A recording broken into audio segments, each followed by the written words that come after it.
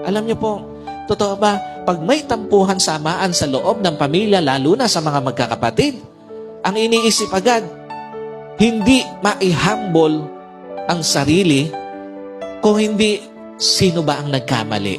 Totoo po ba?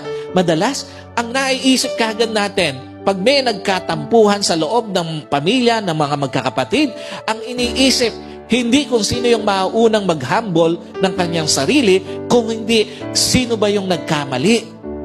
Alam niyo po, pag may tampuhan, samaan ng loob sa loob ng pamilya, lalo na doon sa mga magkakapatid, ang iniisip agad, hindi kung sino yung mauunang maghambol, kundi ang iniisip, sino ba yung nagkamali?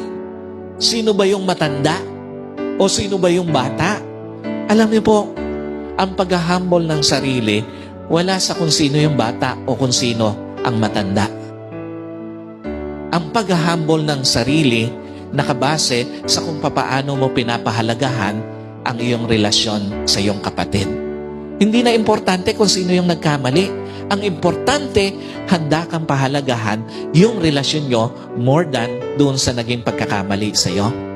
Hindi na importante kung sino ba yung mas matanda, kung sino ba yung mas bata. Ang importante sa iyo, mabuo ang inyong relasyon.